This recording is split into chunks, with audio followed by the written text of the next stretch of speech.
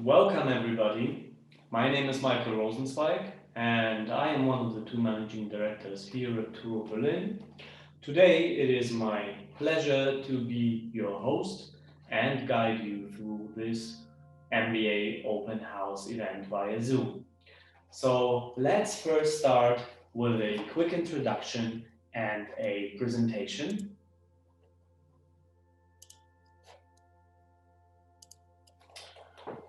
So once again, welcome. I will first of all share with you the bits and pieces of this program and also introduce our participants from the Touro Berlin side.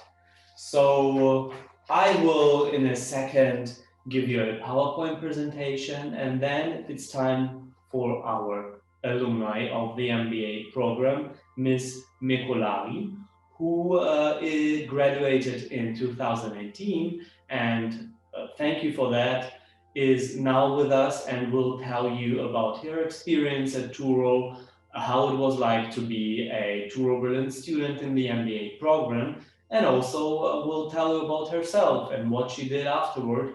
So you will get to know how the time at Touro influenced on her career, on her time after that. So she will tell you about herself. Then it will be time for Professor Chakraborty. Professor Chakraborty is the dean of the MBA program and obviously a professor in business. He will introduce you to our MBA program, and then it will be time for Professor Klippstein.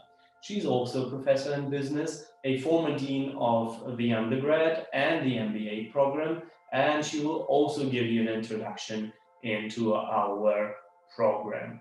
Then it's time for one of the key figures of every open house. It is Scott Meyer. Scott is our admissions officer.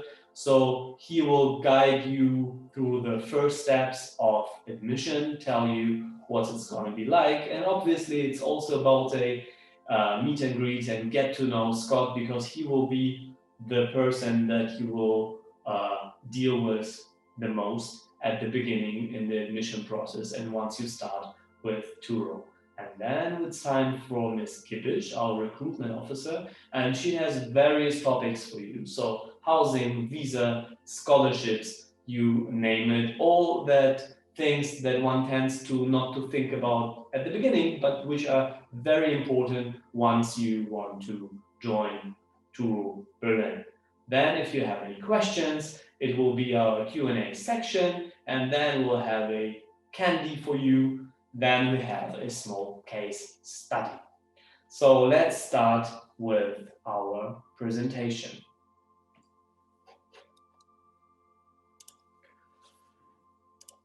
So Touro Berlin was founded in 2003 and is part of a vast international university network, the Touro International University Network, which is based in Berlin.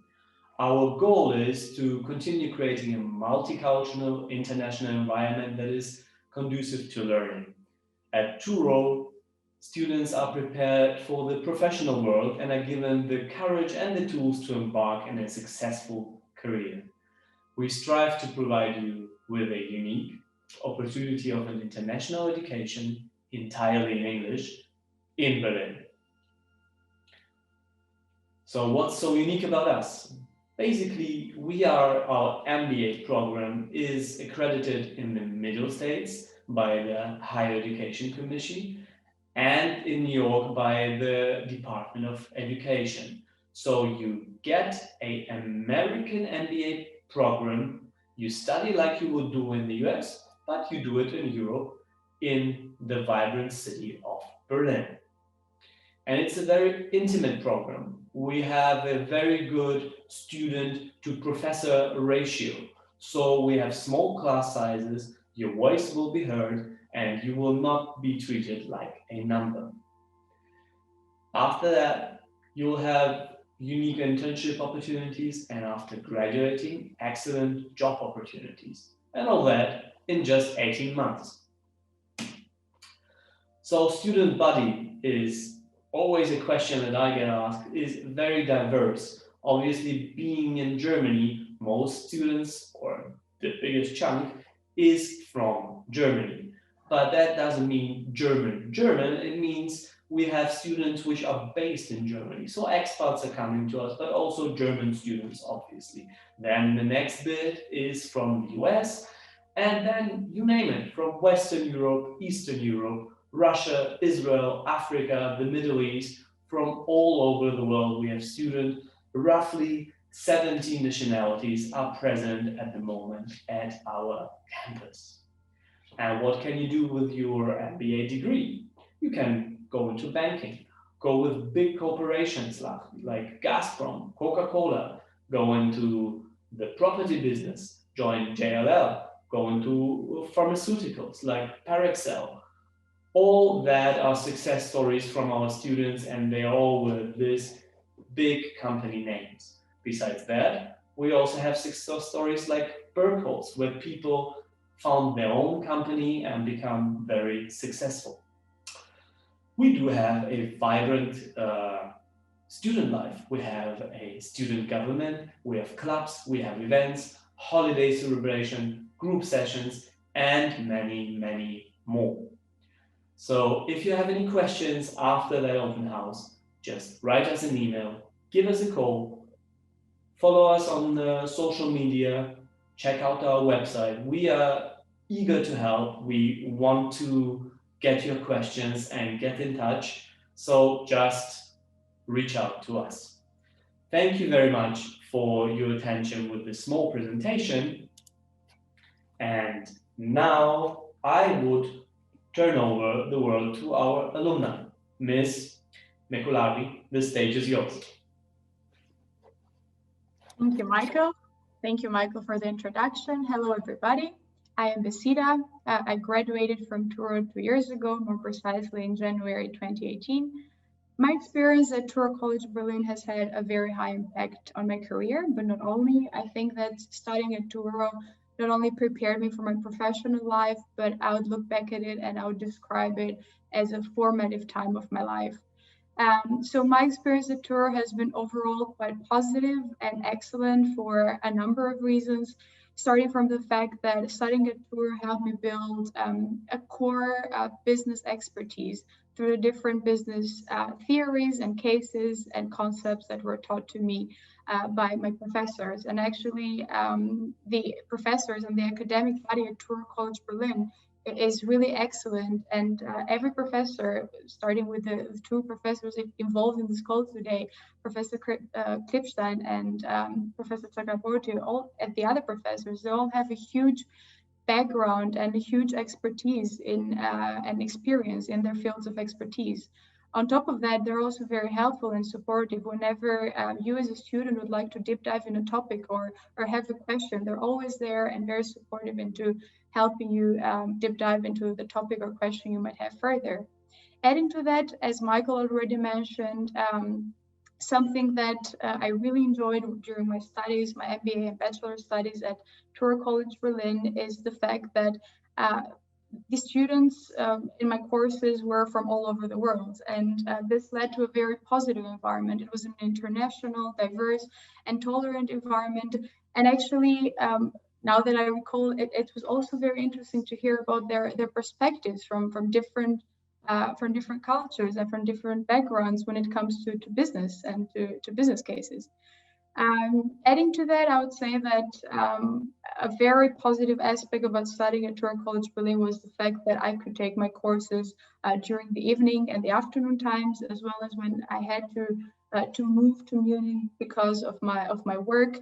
I had the opportunity to take the courses on a partially online basis, and I would say that this is it really helped me to work and to study at the same time.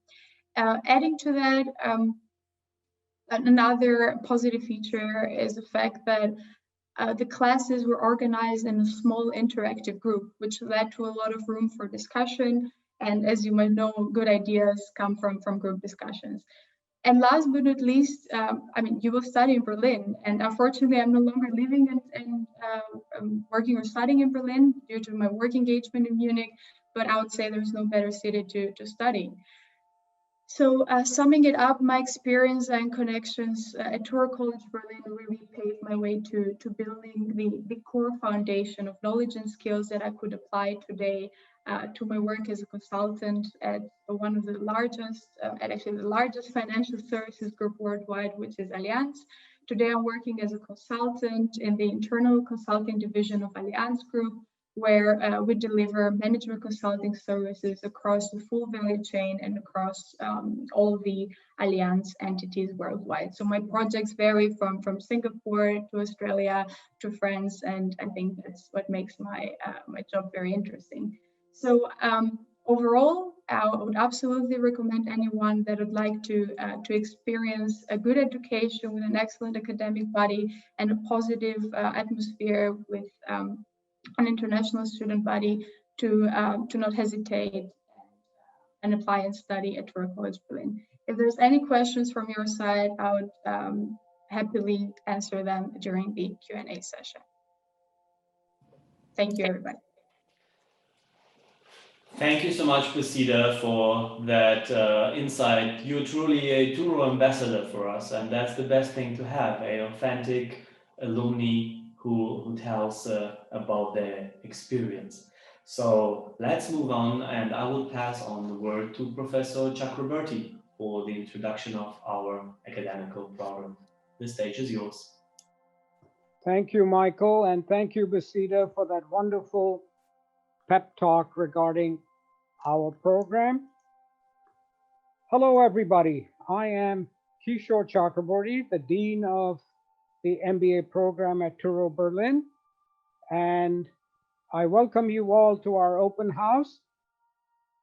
The two people who have gone before me have given a very good introduction, so I don't really have to sell a lot. But what I would like to tell you about is the fact that we have 10 required courses for our program and 4 electives. And as Michael pointed out to you, in 3 semesters and a summer, roughly about 18 months, you would be through.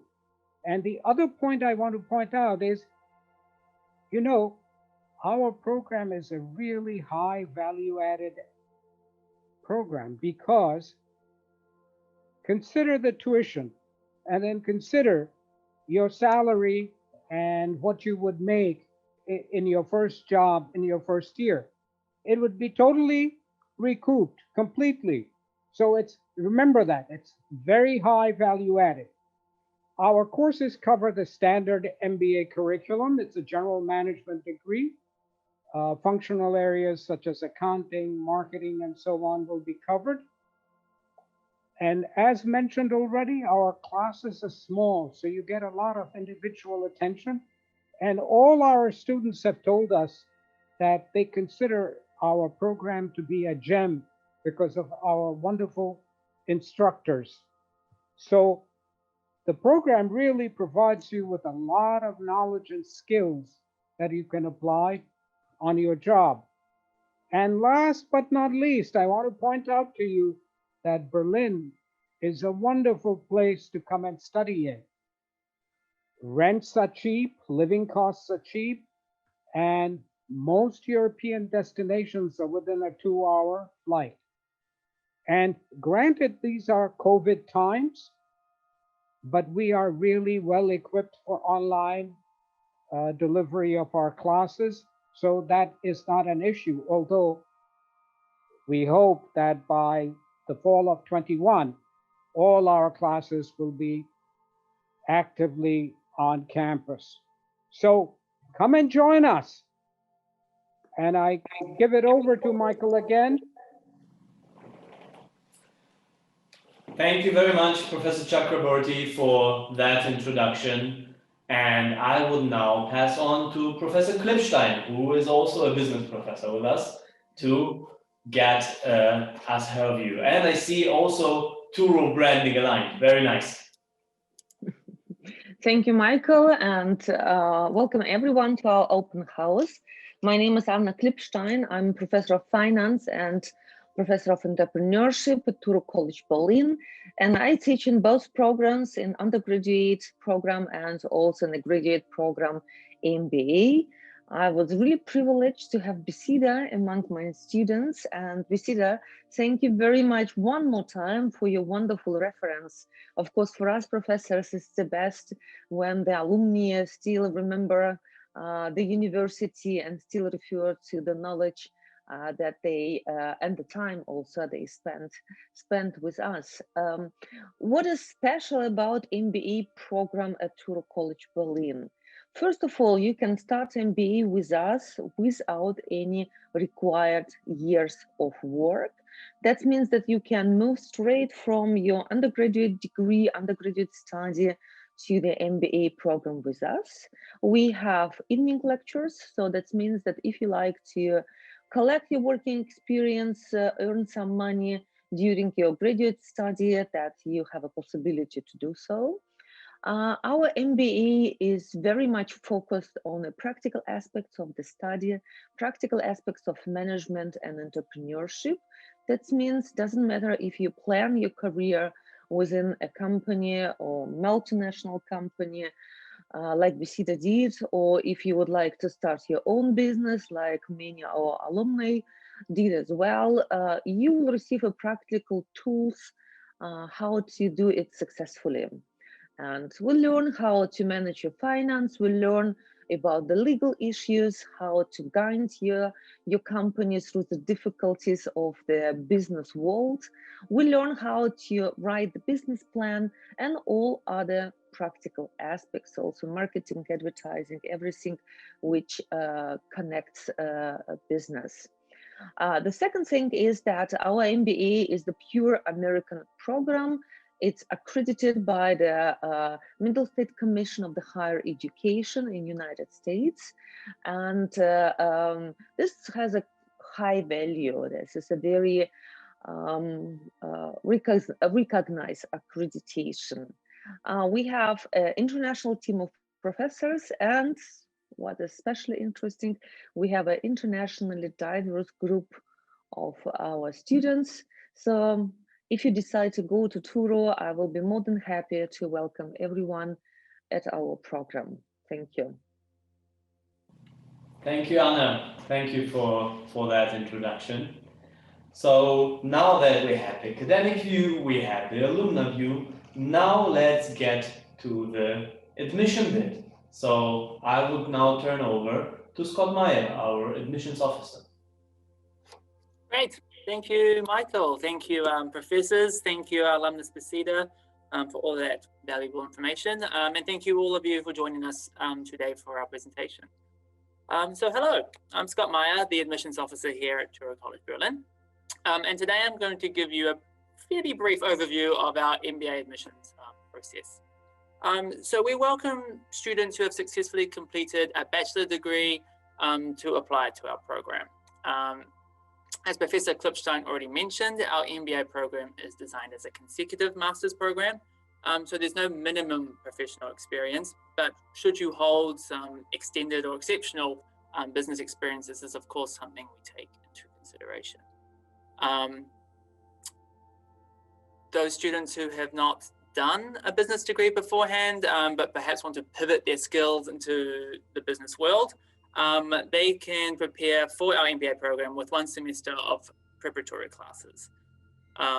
So where to start? The first step is to assemble all your application documents. Of course, for the sake of timeliness, I'm not going to rattle them all off right here, right now. You can find a comprehensive list of these on our website under the How to Apply page. Once you have all your application documents ready, you can simply email the scans directly to me. My email is admissions@touroberlin.de, or you can send by post if you prefer. Once we have received them, I will immediately be in contact by email to advise on the next step. We operate our admissions on a rolling basis, so if you apply early, you can get an early acceptance. Typically, we turn around applications in 2 to 3 weeks. So this is really useful, especially if you need to perhaps get a visa or you want to come to Berlin a bit earlier to settle in before our classes begin. always a good idea to apply early. Perhaps the most important aspect of our admissions that I want to impress upon you all today is that we're hands-on, we're responsive, and we're solutions-oriented. If you're having trouble acquiring documents or understanding the process, please don't hesitate to contact me. I'm happy to help all applicants with their application procedure. So I urge you all to come join us. Apply before the end of November, and you will receive a 5% early bird discount. You can also refer friends to us and get an extra 5% for every friend that you refer. So this could help take a big bite out of your semester's tuition. Like I mentioned earlier, I've kept this intentionally rather brief, so do not hesitate to ask questions in the Q&A section or just reach out to me directly. I look very forward to seeing you all on campus very soon. Back to Michael. Thanks a lot, Scott, for that run through the admission process. And now I would hand over to Ms. Gillish, to Tal, to tell her about quite a few things. Tal, stage is yours. Hi, I'll make it brief because we already have a few questions. I want to talk a little bit about housing. We have options for, I don't know if you know, new students or people who didn't live in Berlin before. The housing situation in Berlin is a little bit problematic, and we give the option for rooms or apartments that maximum 45 minutes public transportation ride from campus, fully furnished in reasonable prices with great entering terms, and you don't need like the scary documents that usually you need to give in order to be even interviewed for an apartment. It's very flexible. The first bunch of rooms that we have is about to finish, and they're available since January. And the next amount comes out for February. So that's for new students who come to Berlin.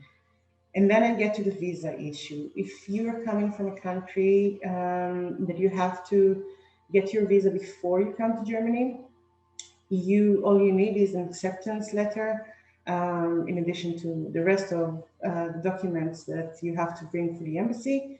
An acceptance letter from Touro College Berlin. You don't need any other document if classes are on campus or not, it doesn't matter. You can get student visa no matter what. For people who are from preferred states, like the foreign office call here, like Australia, Canada, US, Israel, etc., then you can come to Germany and do the process from here. And we can assist with questions. Again, you don't need special documents because of Corona time. So that is a little bit helpful. We have also scholarships. Scholarships, we have put the link in the chat, and you can find a lot of options for scholarships by region, religion, financial status, degree, whatever basically you want. If you need assistance, just shoot me an email, and then I can assist you with this. One last thing that I want to mention before we go to questions is the benefits that you get as a tour student. One of them is benefits and discounts in businesses in town here in Berlin, financial advising, restaurants, yoga hub, all these kind of things. You can find also the link in the chat. And we are happy and looking forward to see you here. Michael? So thank you, Tal, very much for that overview on all these topics. I just want to once again emphasize that we do have scholarships available, and actually right now are setting up a rectorate scholarship. So once you apply, do not hesitate to ask for that as well. And now I think that we rushed through all our topics. It's now time for the Q&A section, and I would urge everybody to join us for that. And Tal, if you could then distribute the questions. Yes, the first question that I have is for Besita as an alumni. How can non-native English speakers manage their materials? Do they get help from other people, from other students and from the team? You can tell about your experiences. No native English speakers, right? It has Yes. nothing to do with non-native German speakers, which was my case. Yeah, sorry.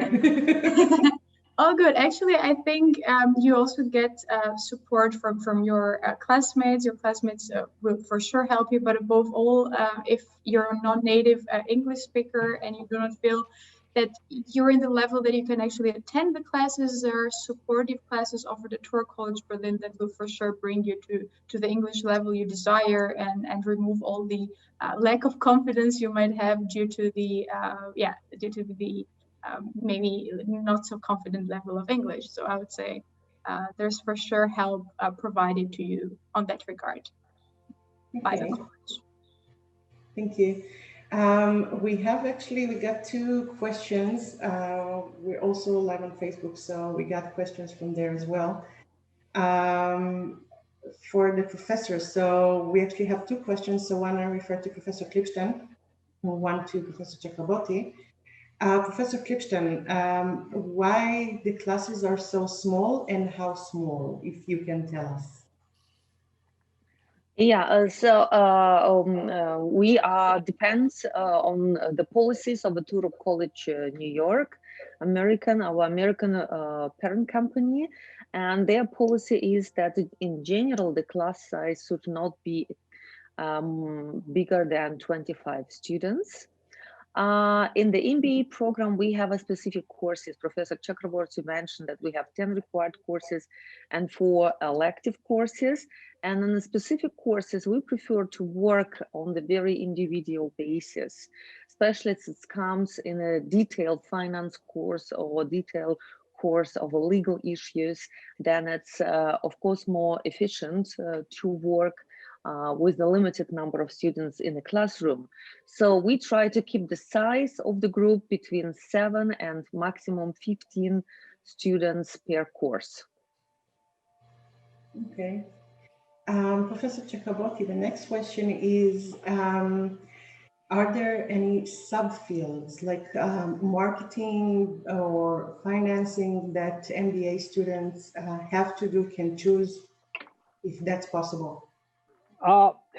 In our program, meaning the Berlin program, that is not possible. However, you can go for a semester to New York, our sister and parent, and they have other options. I know, as a matter of fact, that one of our former students went to New York and got so enamored of finance that instead of staying there for one semester, he paid extra and stayed there for a year and got an additional finance degree in addition to our MBA. So the option is there, but not through Berlin. Okay, I think now we have a very current situation question. It's very popular lately about the corona. How is Touro College Berlin prepared for on campus? What measures are being taken?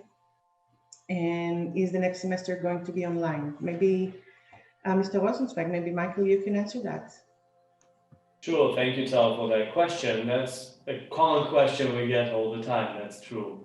So basically, we are prepared for on-campus teaching, meaning that we have a hygiene concept, we are obeying all German or Berlin's regulatory rules in terms of social distancing, our classrooms are equipped, we have the facilities to maintain hygiene standards, all that is there. But at the moment, the Berlin government put on us that we are not allowed to teach on campus. So we are prepared for teaching on campus, but at the moment it is not possible. What the situation is today is that in the upcoming semester, at the moment, it seems the regulations say that we will be allowed to have all introduction courses. So those can be taught on campus, and all courses which have a practical side to them. So, but what does that mean for you as a new student? So if you hesitate to come to campus because of Corona, that's not a problem at all. We are also equipped for hybrid teaching, and that's what we're going to do. So we have acquired new equipment that our professors are using, special smart boards with cameras and with all bells and whistles, so that teaching can be done in class and at the same time hybrid. So for our students, basically, you can choose whatever you wish in times of Corona. But if you wish to come to campus, because my personal opinion is nothing beats a on-campus class, then you will be able for your introduction courses. I hope that answer gives you the first insight on that. I think want it to gives the whole add picture. something here, Tal and Yes. Michael. Michael has given you the quote unquote health aspects of what we are doing. I want to give you an academic perspective. It may be different for other instructors. I'm just giving you my personal orientation. I find no difference between physical and online in terms of the academic quality and what I do and what I teach. As a matter of fact, I would say, it's an odd thing to say because it's online, I feel our classes are more intimate and there is more of a personal interaction on the online classes because you see the face all big. And when they talk, my students, you really get to see what their views, and our connections are very good. There is no problem. So we have had no problem, at least my classes, in terms of academics in the online program. Thank you. Thank you. It's important to hear this perspective as well. I think the last question is for Scott. Very important one. What is the fee for each semester, and if it's possible to have installments? Yes, totally. So our MBA class schedule of fees is charged per credit at the rate of 400 euros per credit. You need 42 credits to graduate, and you take generally 12 credits per semester. So in total, we're looking at 16,800 euros for spread over 18 months. You can definitely pay in installments. Usually these are the semester's fees split over 6 months, because each semester is 6 months. So 6 monthly installments. This is easily organized with our bursar on a case-by-case basis. So you just need to reach out to her and she's more than happy to help. Thank you. I'm sure you made someone really happy right now. Michael, back to you so we can continue. All right, so thank you for your time in the Q&A section, and I would now pass on the word to Professor Chakraborty, because as I envision it, it is now time for the case study that we prepared. So, Professor Chakraborty, the stage is yours. Thank you. A case called George's Gang was sent out to everybody. My suspicion is perhaps a few of you have read it, but many probably haven't. So I'm going to quickly summarize the case. George is in charge of a software group of approximately five multilingual and multicultural people, and they are the best in their company at doing the work. Now, George is the kind of leader who is very egalitarian. They have a salary, but in addition, they get substantial bonuses at the end of the year. And George has a policy of keeping only 5,000 for himself, and the rest he shares with all of them equally. Outside of work, they're also very close. They're all married. They go out together with their wives for parties and for social events. And then in 2009, because of the financial crisis, a lot of their business dries up. And the company puts in a new vice president to take stock of the situation, make changes so that they can reduce costs and break even again. And in this process, what he does is create a factory orientation towards the software products that they produce and the consulting that they do with clients. The result is George's group is broken up, and the bonuses do not come to them anymore, but only a small amount is given to people like George, who manages a so-called software line. This results in great dissatisfaction on the part of this group. And so George goes out and looks for other possibilities and finds another software company which would be ready to welcome them, the whole group coming in together. They wouldn't get as much money, but they would have an equity stake in the company. And he tells them they should all leave their company, Company X, and go to this new company. And the question is, one, whether they should do it, and two, what happened that this highly productive group ends up considering leaving the company. Now, I'm going to give you a kind of framework to think about, and then I will open up the floor, so to say, to questions and discussions and so on. One of the things we would use in this case is something called a social systems framework. And this consists of people coming in with background factors, norms, values, education, and so on. And once they come in, they are plugged into what's called a required system, what the firm wants them to do.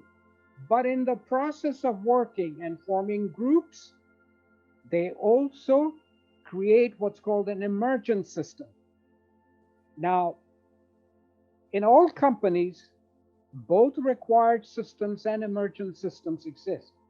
The question is, how far does the emergent system diverge from the required system, and how much of that divergence can be tolerated by the required system, meaning the firm? And this, of course, if it's working well, the required system and the emergent system leads to satisfaction and high productivity. Now, if we apply this framework, we see that at the beginning, everything was working very well in this system, that the group was satisfied and there was high productivity. But because of the financial crisis and the changes put in, all of a sudden, the required system breaks up the emergent system and creates great dissatisfaction. And so the question then becomes, what do we do? Naturally enough, also note at the end, there is also an issue of how entrepreneurial does this group under George want to be? Because currently they have security. And remember, this is after the financial crisis, so there's a huge issue related to jobs and so on. On the other hand, there are great rewards also to being entrepreneurial. And this is where I would like my colleague, Professor Klipstein, to come in, because she teaches courses on entrepreneurial activity. Welcome, Anna. Thank you, Kishore. Yeah, you are absolutely right. This is entrepreneurial approach, and the question is if this group which belongs or which are led by George are ready to leave the secure places, and they are also responsible for their families, don't forget that, and start a new business. Well, it's not an easy decision, but the whole description in the case study, the circumstances after the change in the upper management, after the new vice president stepped in, led to the situation of mismanagement and demotivation. So the people were not motivated and they didn't see a perspective to increase their income. If in the past they see immediate results of their collaboration and of their successful teamwork when George distributed a part of the bonus. In the new system, the line managers received the bonuses, but the other employees maybe potentially could receive some fractional part of the bonus on the year end.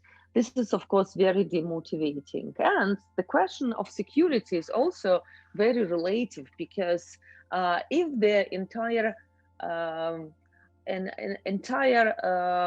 employees of the company are demotivated, that means that the company most probably will experience even more difficulties as it was before when the new vice president stepped into the position. So which could make this company inefficient and unsuccessful. So under this point of view, I think the idea of George, who proved his management skills and who proved his ability over the years to do the business successfully and to generate a new business for his group, it's actually quite interesting. Then it means that not someone is responsible for your success or failure. It means that your team, small team of five people who will become co-owner of the company, they will be the shareholders of this new company. They will also benefit not only from the current project, but from the entire development of the company. Yeah, the success depends on themselves, not on someone on top of the huge company. And under this point of view, I think it's quite a good idea. And I would say that George Gang probably decided for a building of a new company. I also want to point out to you some characteristics of leadership here. You know, Alexander the Great, the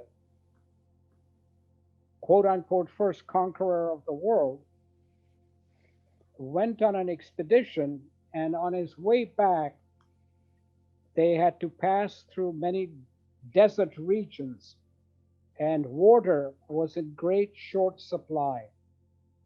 And in one of those places, they had been marching for a long time, and everybody was thirsty. So an aide to Alexander went and found a cup of water and brought it back to Alexander and said, "I found this wonderful little bit of water for you." Alexander took the cup and smashed it to the ground, spilling the water, saying, "If my troops cannot get the same water, I cannot drink the water either." Now, think about the people who were in the army who saw this action. They would follow him to the ends of the earth because they now know they have a leader who looks out for them. In the same way, in this group, George's group, they all really follow George because they see that he has been very good for them, for all of them, and that he's fair and equitable in his distribution of bonuses. And so the leadership element, as Anna pointed out, is also very important. And I would now like to bring anybody else who wants to say something. And since Besita has been in our classes before, I was curious what she thought of this. Well, I can take a go. Obviously, now you get I like to have the other perspective on that then. Basically, I think George's what George has in mind is highly effective in terms of what of the suggestion is. And if you take the risk of becoming an entrepreneur, as you said, there is a lot of stack on the table, so everybody in the group can profit. My question or my comment would be, how do you see the role of Rupert, basically, because of what he's trying to do is solving that issue from the management perspective. And if the measures that he tried to take are in general wrong or just didn't work out yet, or what would be the answer to that bit of the story? One element of that some students pick up on and comment on very rightly. They say it's very clear senior management sent Rupert to break up George's group because they felt they were making too much money and others were getting unhappy with the fact that George's group was so successful. Now, that is an interesting view also. True. Anna, I thought you wanted to say something earlier.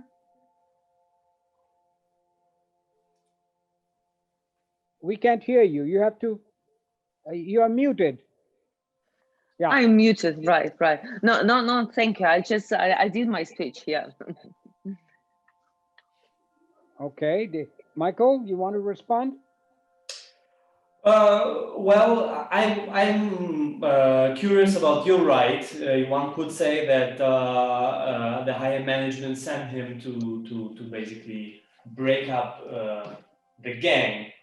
But I am curious of, I mean, how the story evolves, we don't know. But in general, if the measurements that Rupert thinks about, if they are from a business professor's perspective, if those are effective or not in terms of breaking it up, but in terms of restructuring the company in times of a crisis.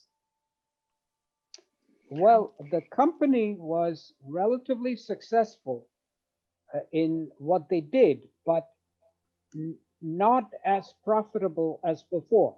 Partly it had to do with the fact that there was a financial crisis going on. But what I find interesting is the majority of my students, their solution is fire Rupert, that he should not have been brought in at all. And if anything, George should be made the vice president. So anybody want to comment on that? I probably would like, I would like to comment on that.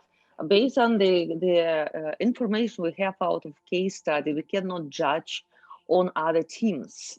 And if the Rupert was appointed to the vice president, I can assume that this software company maybe had different divisions. Yeah, because it was mentioned that they would like to turn many other groups. Exactly. And the George, he has a very strong leadership. He has a very good mutual understanding within his group. And as I understood from the study, the group was successful and George was really committed to his group because he shared his benefit, his bonus with his people. But we don't know about other groups. Yeah, and we don't know exactly the reasons why Rupert was called in. So maybe the Rupert should restructure the rest and maybe he could be successful, but not in regard to the George group. Yes, the George's group would be very unhappy, but the question is whether the others then would pick up the slack. And that is an issue. And that's what, exactly, and that's what you don't know based on this case study. Yeah. Okay, did anybody else want to say anything? I would just comment on that, like from my own job experience as a lawyer in quite big firms, that this situation is quite common. You have in high profitable big companies often some people that just do a spin-off, as you call it, and sometimes they succeed, or most times they do, because they are an effective group. And that's just was my comment on that would be, that's just life. That's how it goes with Michael, then the question is, there are two questions here. One is, what should the group do? But also, what should the firm do? Should they let them go, or should they try to keep them? This would depend on what stage their thoughts of going are up. As a higher management, I would say if it's on the stage where they're really set to go, you should let people go and tie them, or most likely they are tied with contracts in the way that they cannot take out the business that they have from the company. So they will start from scratch with their skills and hopefully succeed. That's how you would do the legal framing in that situation. If people are still undecisive and like looking at it through Rupert's eyes, I would say if it's not at the stage of brink where people are about to go, obviously, if this group was profitable, you should try to keep them. But once you do special deals for a special group, this will destabilize his plans for all the other groups or people at the firm, because you cannot obviously treat people unequally in the same situation. That would be my answer. Okay.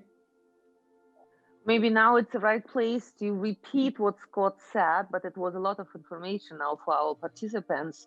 Those who are coming to the MBA or apply for the MBA business degree, but did not have a bachelor degree in business, those students or applicants, they will have a preparatory course within Touro College. So you will be then prepared for the MBA study. So don't be somehow scared because of our discussion or because of the case study we did. It's a usual procedure in our classes. We learn through the discussions, but you will have a good background even if you come to us not out the business studies, but from psychology, engineering, IT, or whatever other background.